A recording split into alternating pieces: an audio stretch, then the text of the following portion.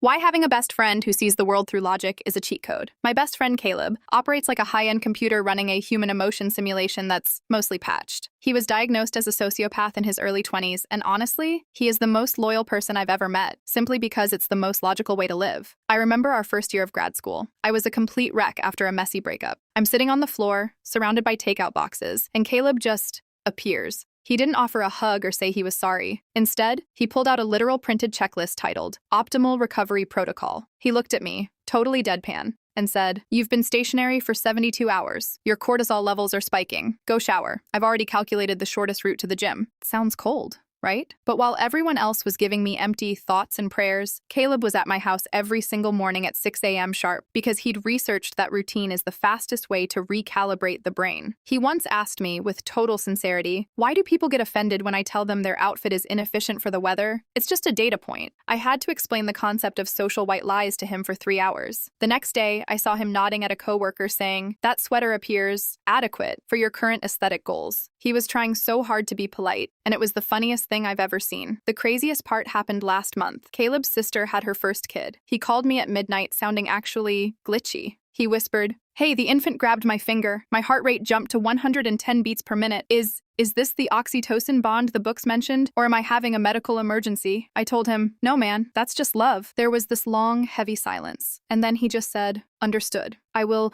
allocate more time for this." People think sociopaths are these movie villains. But Caleb, he just views being a good person as a long-term investment. And honestly, I'll take his cold, hard logic over fake empathy any day of the week.